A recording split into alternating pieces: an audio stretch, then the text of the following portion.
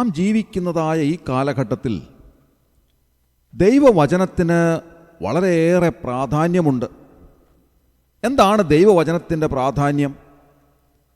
മറ്റുള്ള യാതൊരു ഗ്രന്ഥത്തിനും അവകാശപ്പെടാൻ സാധ്യമല്ലാത്ത ഒരു വലിയ പ്രാധാന്യം ദൈവവചനത്തിന് ഈ കാലത്തിലുണ്ട്. ഈ കാലം എന്ന് പറയുന്നത് പ്രശ്നസങ്കീർണമായ ഒരു കാലഘട്ടമാണ്. കൊച്ചു കുട്ടികളിൽ പോലും മുൻപെങ്ങുമില്ലാത്ത നിലയിലുള്ള ഒരുപാട് പ്രശ്നങ്ങൾ നാം കാണുന്നതായ ഒരു കാലഘട്ടമാണല്ലോ ഈ കാലഘട്ടം. അതുകൊണ്ട് തന്നെ പ്രശ്നസങ്കീർണമായ ഈ കാലഘട്ടത്തിൽ ദൈവവചനത്തിന് വളരെയേറെ പ്രാധാന്യമുണ്ട്. ഞാൻ മുൻപേ പറഞ്ഞതുപോലെ മറ്റ് ഗ്രന്ഥങ്ങൾ പോലെയുള്ളതല്ല ദൈവവചനം. ദൈവവചനത്തിൻ്റെ പ്രത്യേകത എന്താണെന്ന് ചോദിച്ചാൽ, നിരാശയുടെ സ്ഥാനത്ത് നിന്ന് പ്രതീക്ഷയിലേക്ക് കൊണ്ടുവരുന്ന ഏറ്റവും മഹനീയമായ ഒന്നത്രേ ഈ ദൈവവചനം. ഏറ്റവും വലിയ നിരാശയിൽ നിന്ന്, മറ്റാർക്കും വിടുവിക്കുവാൻ സാധ്യമല്ലാത്ത ഏറ്റവും സങ്കടകരമായ സാഹചര്യത്തിൽ നിന്ന് ഒരു മനുഷ്യനെ പ്രതീക്ഷയിലേക്ക് കൊണ്ടുവരുന്ന, സന്തോഷത്തിലേക്ക് നയിക്കുന്ന, ജീവിതത്തിലേക്ക് മടക്കിക്കൊണ്ടുവരുന്നതാണ് ഈ തിരുവെഴുത്ത്. അത് മറ്റൊരു ഗ്രന്ഥത്തിനും അവകാശപ്പെടാൻ സാധ്യമല്ലാത്ത കാര്യമാണ്. നമുക്കറിയാം, തത്വസംഹിതകളൊക്കെ ധാരാളമുണ്ട്. എന്നാൽ ഈ തത്വസംഹിതകൾക്കൊന്നും തന്നെ ഒരു മനുഷ്യനെ അവൻ്റെ നിരാശയിൽ നിന്ന് സന്തോഷത്തിലേക്ക്, അവൻ്റെ മരണത്തിൽ നിന്ന് ജീവങ്കിലേക്ക് കൊണ്ടുവരുവാൻ സാധ്യമല്ല. എന്നാൽ ദൈവവചനത്തിൻ്റെ പ്രത്യേകത എന്ന് പറയുന്നത് മറ്റുള്ള ഗ്രന്ഥങ്ങളിൽ നിന്ന് വളരെയേറെ വ്യത്യസ്തമാണ്. നിരാശയുടെ സ്ഥാനത്ത് നിന്ന് ഒരു മനുഷ്യനെ പ്രതീക്ഷയിലേക്ക് കൊണ്ടുവരുന്ന ഏക കാര്യം ഈ തിരുവെഴുത്ത് മാത്രമാണ്. നമുക്കറിയാം, ജീവിതത്തിൽ ഏറ്റവും ഭയങ്കരമായ നിരാശയിലൂടെ കടന്നു പോകുന്ന ധാരാളം ആളുകൾ നമ്മുടെ ചുറ്റുപാടുകളിലുണ്ട്. അവരൊക്കെ ഒരു സമയത്ത് ഏറ്റവും സന്തോഷിച്ചിരുന്ന വ്യക്തികളായിരിക്കാം. ലോകത്തിൻ്റെ ഗതിവിഗതികൾ അനുസരിച്ച് നാം നോക്കുമ്പോൾ ഇന്ന് സന്തോഷത്തോടെ ഇരിക്കുന്ന വ്യക്തി നാളെ ഏറ്റവും വലിയ നിരാശയിലൂടെ കടന്നു പോകുന്ന സാഹചര്യം ഉണ്ടായെന്ന് വരാം. ഇന്ന് ഏറ്റവും നല്ല ആരോഗ്യത്തോടെ ഇരിക്കുന്നൊരു വ്യക്തി നാളെ ഏറ്റവും മാരകമായ ഒരു രോഗത്തിന് അടിപ്പെട്ടെന്ന് വരാം. ഇന്ന് വളരെ സന്തോഷത്തോടെ ജീവിക്കുന്നതായ ഒരു വ്യക്തി നാളെ ഒരു പക്ഷെങ്കിൽ ഏറ്റവും വലിയ നിരാശ ബാധിച്ച മനുഷ്യനായി തീർന്നെന്ന് വരാം. എന്തായിരുന്നാലും ദൈവവചനം നമുക്ക് നൽകുന്ന ഏറ്റവും വലിയ സഹായം എന്ന് പറയുന്നത് നമ്മുടെ സങ്കടത്തിൻ്റെ സ്ഥാനത്ത് നിന്ന് നമ്മെ പ്രതീക്ഷയിലേക്ക് കൈപിടിച്ചുയർത്തുന്നു എന്നുള്ളതാണ്. അതുകൊണ്ട് നാം ദൈവവചനത്തോട് അടുത്തു ചെല്ലുന്നുവെങ്കിൽ നമ്മുടെ ജീവിതത്തിന് അത് നൽകുന്നതായ പ്രതീക്ഷയും പ്രത്യാശയും ധൈര്യവും നേരിട്ട് അനുഭവിക്കുവാൻ സാധിക്കും. നമുക്കറിയാം, കർത്താവായ യേശുക്രിസ്തുവിൻ്റെ പരസ്യ ശുശ്രൂഷയുടെ സമയത്ത് ആളുകൾ, വലിയ പുരുഷാരം അവൻ്റെ അരികിലേക്ക് വന്നു. എന്തായിരുന്നു കാരണം? അവർ ഏറ്റവും വലിയ നിരാശ അനുഭവിക്കുന്ന സമയമായിരുന്നു. ആ പുരുഷാരത്തിൽ അനേകം രോഗികളുണ്ടായിരുന്നു. അവർക്ക് യാതൊരു പ്രതീക്ഷയുമില്ലായിരുന്നു. അവരുടെ രോഗശമനത്തിന് യാതൊരുവിധ ചികിത്സയും അവർക്ക് ലഭിക്കുമായിരുന്നില്ല. അങ്ങനെ അവർ മരണത്തെ മുഖാമുഖമായി കണ്ടിരുന്ന ധാരാളം രോഗികൾ കർത്താവിൻ്റെ പക്കൽ നിന്ന് അത്ഭുതകരമായ സൗഖ്യം ലഭിക്കുമെന്ന് കണ്ടപ്പോൾ അവർക്ക് വലിയ പ്രതീക്ഷയായി. അവർ കർത്താവിൻ്റെ അരികിലേക്ക് വന്നു. വന്നവരെല്ലാവരും സൗഖ്യം പ്രാപിച്ചു. അത്ഭുതകരമായ രോഗശാന്തി അവർക്ക് ലഭിച്ചു. ജീവിതത്തിലെ എല്ലാ പ്രതീക്ഷയും നഷ്ടപ്പെട്ട ധാരാളം ആളുകൾ കർത്താവിൻ്റെ അരികിലേക്ക് വന്നു. ആർക്കും വേണ്ടാത്തവർ, എല്ലാവരാലും ഉപേക്ഷിക്കപ്പെട്ട ധാരാളം ആളുകൾ, അങ്ങനെ സമൂഹത്തിൻ്റെ മുൻപാകെ ഏറ്റവും അറയ്ക്കപ്പെട്ടവരും വെറുക്കപ്പെട്ടവരുമായിരുന്ന ധാരാളം ആളുകൾ, അവരെയൊക്കെ കർത്താവ് തേടി വന്നു. അവരെ നിരാശയുടെ സ്ഥാനത്ത് നിന്ന് പ്രതീക്ഷയിലേക്ക് കൊണ്ടുവന്നു. ഈ ലോകത്തിൽ ഇന്ന് ദൈവവചനം നമുക്ക് നൽകിക്കൊണ്ടിരിക്കുന്നതും ഇതേ കാര്യം തന്നെയാണ്.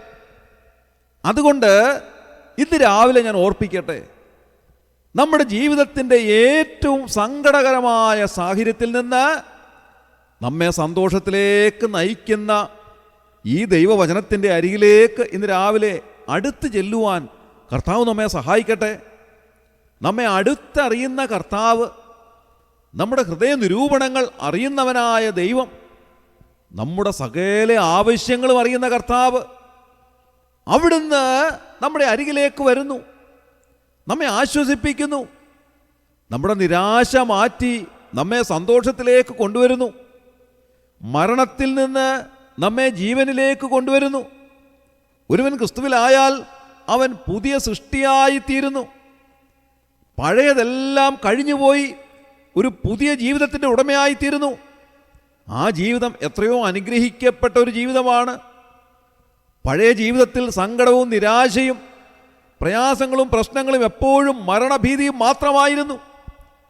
എന്നാൽ കർത്താവിൻ്റെ അരികിലേക്ക് വരുമ്പോൾ ദൈവവചനം നമുക്ക് നൽകുന്നതായ ധൈര്യവും പ്രത്യാശയും സന്തോഷവും ഒരു പുതിയ അനുഭവത്തിലേക്ക് നമ്മെ നയിക്കുകയാണ്. ഇന്ന് രാവിലെ ആ പ്രതീക്ഷയാണ് ദൈവവചനം നമുക്ക് നൽകുന്നത്. നമ്മുടെ ജീവിതത്തിൽ ഏതെങ്കിലും നിരാശ അവശേഷിക്കുന്നുവെങ്കിൽ ആ നിരാശ മാറ്റിയിട്ട് നമ്മെ സന്തോഷിപ്പിക്കുന്നതാണ് ദൈവവചനം. നമ്മുടെ ജീവിതത്തിൻ്റെ നഷ്ടങ്ങളെ സംബന്ധിച്ചുള്ള വല്ലാത്ത ചിന്തകളും നൊമ്പരപ്പെടുത്തുന്ന ഓർമ്മകളും മാറ്റിയിട്ട് നമ്മുടെ ജീവിതത്തിലെ എല്ലാ നിരാശയുടെയും സ്ഥാനത്ത് സന്തോഷത്തിൻ്റെ അനുഭവം നമുക്ക് നൽകുന്ന, പ്രതീക്ഷ നമുക്ക് നൽകുന്ന ദൈവവചനമാണ് ഈ തിരുവെഴുത്ത്. ഇന്ന് രാവിലെ ഈ ദൈവവചനം നമ്മെ ഓരോരുത്തരെയും സഹായിക്കട്ടെ. ദൈവവചനത്തിൻ്റെ അരികിലേക്ക് ചെല്ലാം. ഈ ദൈവവചനം ആര് പ്രസംഗിക്കുന്നു എന്നുള്ളതല്ല, എന്ത് പ്രസംഗിക്കുന്നു എന്നുള്ളതിലാണ് കാര്യം. ചില വർഷങ്ങൾക്ക് മുൻപ് ഞാൻ തിരുവല്ല പട്ടണത്തിൽ നിൽക്കുമ്പോൾ മുഷിഞ്ഞ വേഷം ധരിച്ച ഒരു ഉപദേശി ഒരു കടത്തിണ്ണയിൽ നിന്ന് ദൈവവചനം പ്രസംഗിക്കുന്നത് എൻ്റെ ശ്രദ്ധയിൽപ്പെട്ടു. ഞാൻ അദ്ദേഹത്തിൻ്റെ അരികിൽ നിന്ന് ഏതാണ്ട് 1 മണിക്കൂറോളമുള്ള ആ പ്രസംഗം മുഴുവനും ശ്രദ്ധിച്ചു. എത്ര വലിയ ആത്മീയ സത്യങ്ങൾ അടങ്ങിയ ദൈവവചനമാണ് അദ്ദേഹം സംസാരിച്ചത്. എത്രയോ ഹൃദ്യമായ ആലോചന ആ മനുഷ്യൻ സംസാരിക്കുകയാണ്. വാസ്തവത്തിൽ നമ്മുടെ ഹൃദയത്തിന് ആശ്വാസം നൽകുന്ന, ധൈര്യം നൽകുന്ന, പ്രത്യാശ നൽകുന്ന ദൈവവചനം. പ്രിയമുള്ളവരെ, ഈ ദൈവവചനം നമ്മെ സ്പർശിക്കുന്നതാണ്, നമ്മെ ധൈര്യപ്പെടുത്തുന്നതാണ്, നമ്മുടെ ജീവിതത്തിലെ എല്ലാ നിരാശയും മാറ്റുന്നതാണ്. ഇന്നത്തെ ദിവസം ഈ വചനം നമ്മെ ധൈര്യപ്പെടുത്തട്ടെ, സഹായിക്കട്ടെ. അതുകൊണ്ട് എല്ലാ ദിവസവും ഈ വചനം ധ്യാനിക്കുന്നുവെങ്കിൽ ഓരോ ദിവസവും നാം എങ്ങനെ ജീവിക്കണമെന്നുള്ളത് ഈ വചനം നമുക്ക് കാണിച്ചു തരുന്നതാണ്. ഇന്നത്തെ ദിവസം നമ്മെ ധൈര്യപ്പെടുത്തുന്നതിന് വേണ്ടി ഒരു വേദഭാഗം വായിച്ച് ഈ ധ്യാന ചിന്തകൾ ഞാൻ അവസാനിപ്പിക്കട്ടെ. 121 സങ്കീർത്തനം നമുക്ക് സുപരിചിതമാണല്ലോ. അത് വായിച്ച് ഈ ധ്യാന ചിന്തകൾ അവസാനിപ്പിക്കുകയാണ്. ഞാൻ എൻ്റെ കണ്ണ് പർവ്വതങ്ങളിലേക്ക് ഉയർത്തുന്നു, എനിക്ക് സഹായം എവിടെ നിന്ന് വരും? എൻ്റെ സഹായം ആകാശത്തെയും ഭൂമിയെയും ഉണ്ടാക്കിയ യഹോവയിങ്കൽ നിന്ന് വരുന്നു. നിന്റെ കാൽ വഴുതുവാൻ അവൻ സമ്മതിക്കയില്ല, നിന്നെ കാക്കുന്നവൻ മയങ്ങുകയുമില്ല.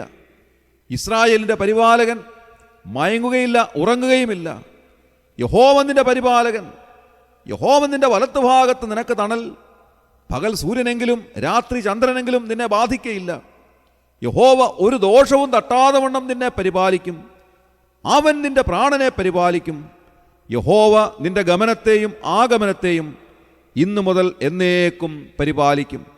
നമ്മുടെ കണ്ണുകളെ അടയ്ക്കാം, പ്രാർത്ഥിക്കാം. ക്രിസ്തുയേശുവിലൂടെ അതിവാത്സല്യമായി ഞങ്ങളെ സ്നേഹിക്കുന്ന സ്വർഗീയ പിതാവാം നല്ല ദൈവമേ, അനുഗ്രഹകരമായ ഈ പ്രഭാതത്തിൽ ഉണർന്നെഴുന്നേൽപ്പാൻ ഞങ്ങളെ സഹായിച്ചതിനായി ഞങ്ങൾ നന്ദിയോടെ സ്തോത്രം ചെയ്യുന്നു.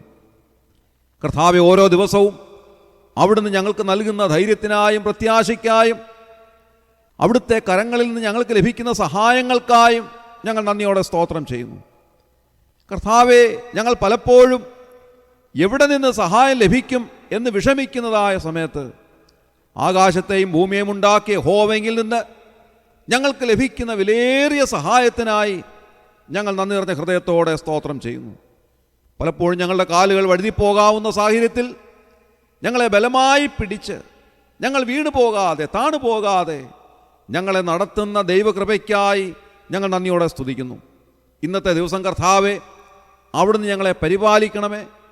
അവിടുന്ന് ഞങ്ങൾക്ക് ആവശ്യമായതെല്ലാം നൽകിത്തരണമേ. ഞങ്ങളുടെ ആവശ്യങ്ങൾ ഞങ്ങളെക്കാൾ ഉപരിയായി അറിയുന്ന അവിടുത്തെ കരങ്ങളിൽ ഞങ്ങളുടെ എല്ലാ കാര്യങ്ങളും സമർപ്പിക്കുകയാണ്. ഈ ശുശ്രൂഷയെ സംബന്ധിച്ച് എല്ലാവരെയും അവിടുന്ന് അനുഗ്രഹിക്കണമേ. ഇന്നത്തെ ദിവസം എല്ലാവർക്കും അനുഗ്രഹമാക്കി നൽകണമേ. എല്ലാവരും സുരക്ഷിതരായിരിക്കാൻ സഹായിക്കണമേ.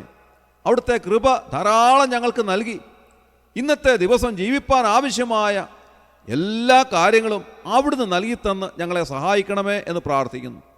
ഈ ശുശ്രൂഷയെ സംബന്ധിച്ച് എല്ലാവരെയും അവിടുന്ന് അനുഗ്രഹിച്ചാട്ടെ. അവിടുന്ന് അങ്ങനെ ചെയ്തതിനായി ഞങ്ങൾ നന്ദി പറയുന്നു.